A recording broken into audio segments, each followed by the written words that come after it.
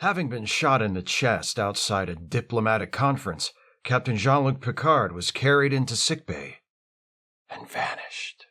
This is a review of the classic Star Trek The Next Generation episode, Tapestry. If you have not seen this episode and you don't want to know what happens in it, be warned. Spoilers beyond this point. Okay, let's talk about the most golden opportunity Star Trek gave me to make Quantum Leap jokes before giving Scott Bakula his own show. Riker, Worf, Picard, and a few nobodies we don't need to give a shit about beam into sickbay, and Picard's not doing so hot. You can tell by the way Worf is carrying him, and he's unconscious, and he's got a big burn on his chest. Dr. Crusher breaks out the cortical stimulators, Star Trek's fancy futuristic version of defibrillator paddles, but they don't work. Everything fades to white. Oh, God, I'm having flashbacks to Jimmy Smits' last episode of NYPD Blue. Bobby? Bobby? We fade back in from white, and Picard finds himself standing in an endless white space with another figure visible in the distance. Picard approaches. The figure extends his hand. Picard takes his hand, and ha-ha, it's Q. And he's been waiting with one of his classic Q quips locked and loaded. Welcome to the afterlife, Jean-Luc. You're dead. It's all on the delivery. Q explains the situation to Picard, and it's pretty straightforward. He's dead. This is the afterlife, and Q is God. Wait, does that mean Bobby Simone met Q after he died on NYPD Blue? Those visions he was having of his old mentor Patsy and the son he would have had with Diane were just illusions, and when he actually got to the afterlife, it was just Q going, "Surprise! We don't know each other!" You didn't think there'd be this many NYPD Blue references, did you? Well, neither did I. Anyway, Picard doesn't buy that he's dead and Q is God, so Q tries to prove it to him. He shows Picard a vision of Picard's father, who is still grumpy that Picard left to join Starfleet.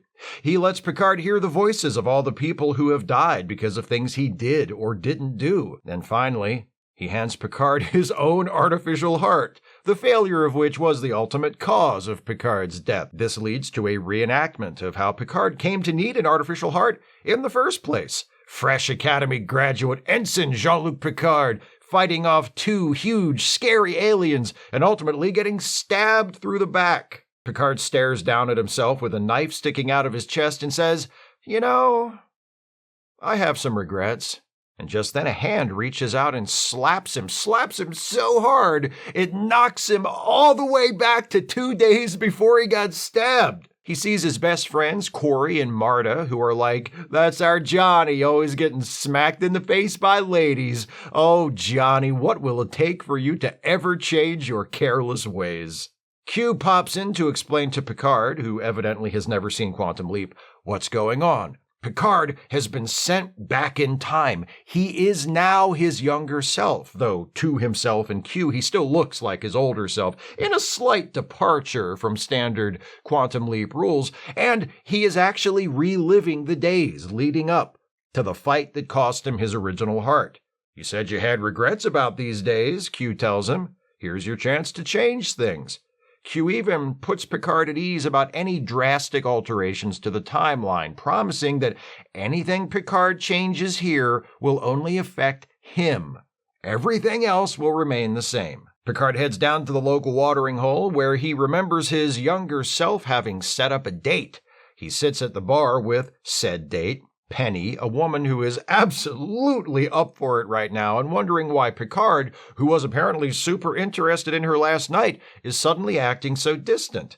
Picard's like, "Look, the thing is, when you met me last night, I was a young man who is into older women, but now I'm being played by Patrick Stewart, and age-appropriate love interests are not really my thing now, and it's only going to get worse the older I get."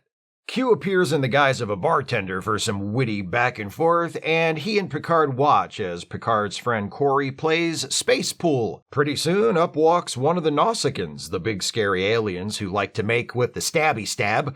The Nausicaan challenges Corey to a game, and as they watch, Picard explains to Q that Corey is going to lose this game, because the Nausicaan is cheating. Corey will then figure it out, swear revenge, attempt to cheat the Nausicaan in a rematch, which leads to the fight, which leads to Picard's heart getting shish kebabbed. Or at least that's how it happened last time. This time, Picard can change all that. He starts to try and change it later that night when he, Corey, and Marta are back in their quarters. Picard tells Corey to just forget about the Nausicaan. And Corey's like, sure, okay, and leaves. Marta has noticed how different Picard is from his usual cocky self, and she is digging it big time. But before anything can happen between them, Q shows up to cockblock Picard, and yes, I am spelling cock with a Q, disguised as a flower delivery guy, and asking if either of them know where he can find John Luck Pickard. Marta leaves. Picard turns to Q like, did you come here for any reason besides preventing me from making out with a beautiful woman from my past who I've secretly regretted never making out with all these years? Q's like, yeah, actually, your friend Corey decided to blow off your advice to blow off the Nausicaan, and he's at the bar rigging the space pool table right now. Picard goes to the bar to stop Corey from rigging the table. They have an argument. Picard threatens to snitch Corey out to the ownership unless he knocks it off. Later, back in his room, Picard talks to Marta about the situation, and then Marta's like, you want to have sex? And Patrick Stewart does some quick math in his head and goes, yep, you're younger enough than me, let's do it. The next morning, Picard wakes up in bed with Q, and a bunch of slash-fic writers in the audience shout, I knew it, at their TVs. Q's like, haha, you had sex with Marta even though you said you were just friends. And Picard's like, we're still friends. Weren't you watching last night? We're real good friends now. Then Picard heads over to the bar to meet up with his pals for one last drink together before they all ship out. Things are awkward. Marta is feeling kind of weird about sleeping with Picard. Picard's like, Marta, are you okay? Because I don't regret anything that happened between us last night, and I hope you don't either. Marta's like, no, it was fine. Just, who are Janice, Beverly, and Vosh, and why did you keep calling out their names? Corey joins them. They have a half-hearted toast, and then the Nausicaan shows up with a couple of friends, and he's like, I know you didn't try to screw me over at Space Pool this time, but me and the fellas were talking, and we'd like to do the fight anyway. Corey's like, yeah, let's fight. But Picard steps in and shoves Corey down. The Nausicaans laugh and walk away. Corey gets back up, tells Picard, I thought you were cool, man, but you are not cool, and now this friendship is over. Marta's like, yeah, I'm out too. Q steps in again and says, congratulations, you did it! And just like that, Picard is back on the Enterprise. It's the present, and he's alive, and he's one of the nobodies we don't give a shit about. Oh God, no, not like this! He heads to sickbay, hoping to talk to his old friend Dr. Crusher about what's going on, but finds Q there instead, who once again explains what's going on. As promised, nothing is different except Picard, who successfully avoided the fight with the Nausicaans and now has his own biological heart, the same one he was born with, beating in his chest. Picard's like, great, I changed my past to avoid having an artificial heart, and now I'm a junior officer on the Federation flagship. I'm trapped in a living hell. He meets with Riker and Troy in 10 Forward and hints around that maybe he's not a nondescript member of the astrophysics department, but secretly an incredible starship captain just waiting for a chance? Riker and Troy are like, nah, we don't think so. Picard's in the elevator, muttering to himself about how his life sucks now, and when the doors open, he's back in the afterlife, and Q's there like, you ungrateful bastard. I gave you a second chance to fix your life. You fixed it, and now you're not happy? Picard says, I thought it would be better, but I used to be the captain, and now I'm just a guy on the ship? To hell with this. I want to be the boss. If I can't be the boss, I'd rather just go back to being dead. Q's like, that's my boy, and sends Picard back to the past again, back to the moment in the bar when the Nausicaan shows up with his buddies for a space pool rematch. Only this time, instead of shoving Corey away to prevent the fight, Picard starts the fight, gets himself stabbed just like the first time, and falls to the floor laughing. But he doesn't die. We cut to him on the table in sickbay, laughing. Then, a little later, once Dr. Crusher has changed the batteries in his heart or whatever, Picard is in the observation lounge talking about his experience with Riker. he wonders if maybe Q wasn't trying to do him a favor, to help him to realize that even the parts of himself he isn't proud of contributed to the person he is today, that even his regrets are essential threads in the tapestry of his life. Riker's like, "Nah, I think Q was just fucking with you, dude. But hey, it's too bad I never got to meet young asshole Picard who starts fights with huge violent space bikers." And Picard says, "Well, that wasn't the first time I got into it with a gang of huge violent space bikers. There was this other time," and then we mercifully cut to the credits before Picard gets started with his old man story. The end! I know it seems like I was a little hard on the episode with that summary, but that doesn't mean I hate it. I did it for the yucks, for the shits and gigs, for the charge, for the bolt, for the buzz, for the sheer fuck-offness of it all. Come on! I love this episode. How could you not love this episode? Tapestry was written by Ronald D. Moore, one of the most important writers on TNG, and directed by Les Landau, one of the most prolific directors of the TNG era of Star Trek. The episode represents some of the best work Moore and Landau ever did on the show. It's a particularly well-directed episode. I love the transitions from the afterlife to the living world. Nothing fancy, they're simple and sudden and pull us into the following scene. It's a thoughtful, character-driven episode, but we also get a classic Star Trek fight at the end, and a generous portion of Q snark as the scoop of ice cream on top. It's a great Q episode. It's the best Q episode, I would argue. He's funny. He always shows up at just the right time to drop a one-liner or make fun of Picard. John Delancey is spectacular. During the summary, I mentioned his "Welcome to the Afterlife, Jean-Luc, you're dead" line, and how that line is all in the delivery. And that's true, and Delancey nails the delivery.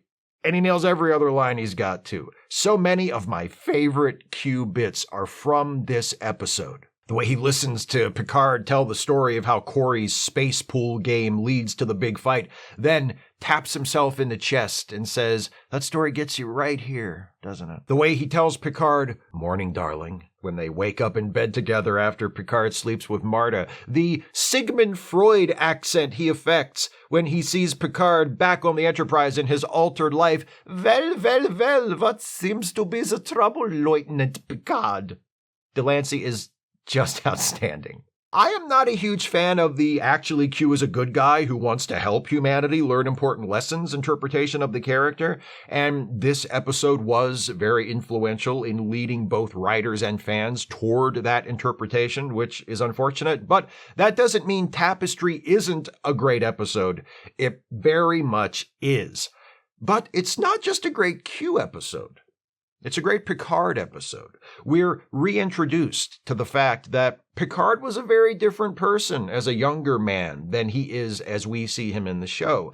And then we get to see this mature, thoughtful, philosophical Picard thrown back into the life of his reckless, arrogant, hot-tempered former self. It's a fascinating scenario. It's compelling to watch Picard navigate this situation, which is the most important thing, but it also invites us to think about Picard's experience in comparison to our own. There's a moment between Picard and Marta where she observes how different he's acting lately, and he asks her, "Do I really seem that different?" And I think that's a question a lot of us would ask if we were magically sent back into our younger selves. Because even though I might be able to look back and remember and say to myself, "Wow, I've really changed. I was a different person then," I don't actually feel different. I'm still me. I've been me the whole time. It's also easy to look back at things in the past that I regret and say, "Damn, if I had the chance to do it over again, I'd change some things." But as Tapestry points out, we are products of the choices we've made. If we had lived a different life, we would be different people today. Perhaps not drastically different, but then again, maybe we would be drastically different. Who can tell? All of our experiences contribute to who we are, and we don't always know which are the most formative ones. Granted, it's a safe bet surviving getting stabbed in the chest and receiving an artificial heart as a result would be an extremely formative experience. But even then, you wouldn't necessarily know how that experience shaped you or how different you would be without that experience. Picard looks back on his reckless youth with regret, but if that reckless youth had not brought him to the brink of death, he would never have become the person he is. Now, I don't think we should interpret this episode to mean we ought to always be grateful for terrible things that happen to us. Obviously, there are traumatic experiences we can endure and quite reasonably wish had not happened. Picard survives his stabbing and goes on to live an active and exciting life. If he had been left severely disabled instead, he might wind up feeling differently about it. But I do think it's a good lesson to remember that the miseries we have lived through, provided we emerged from them intact, helped to make us who we are. And to erase the misery would be to erase a part of ourselves. Maybe in some cases that would be a good thing, but maybe not. I do think it's a little funny how Picard spends a few minutes as a junior officer and is like, nope, I'd rather die. For real? His actual line to Q is, I'd rather die as the man I was than live the life I just saw. Is that life really so bad? You're still on the Enterprise? I mean, yeah, maybe your job is a little boring, but then again, maybe not. You haven't even done your job yet. You're still carrying around a report for Geordi that you haven't even gotten around to delivering. Maybe being a junior science officer is an awesome gig. You don't know. But of course, that's not the point. Picard isn't horrified because his new life is a waking nightmare of endless despair. He's horrified because it's not his life, because he's no longer himself, because he thought he was fixing something, but wound up fundamentally breaking something instead. When I think about it like that, Picard's reaction makes perfect sense. I always say that I love when Star Trek gets political, and I do. But Tapestry is not a political Star Trek episode, it's a philosophical one. And I love those too.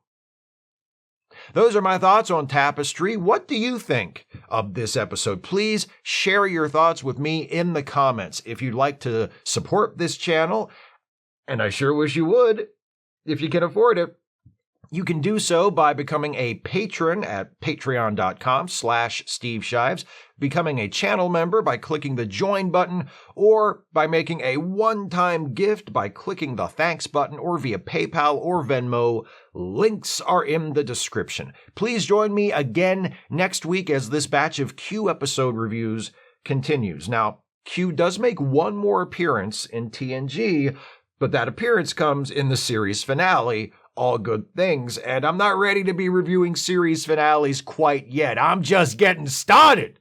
So, we're going to skip over that one for now, and next time I'll be reviewing Q's first appearance on Star Trek Voyager in an episode titled Death Wish. See you then.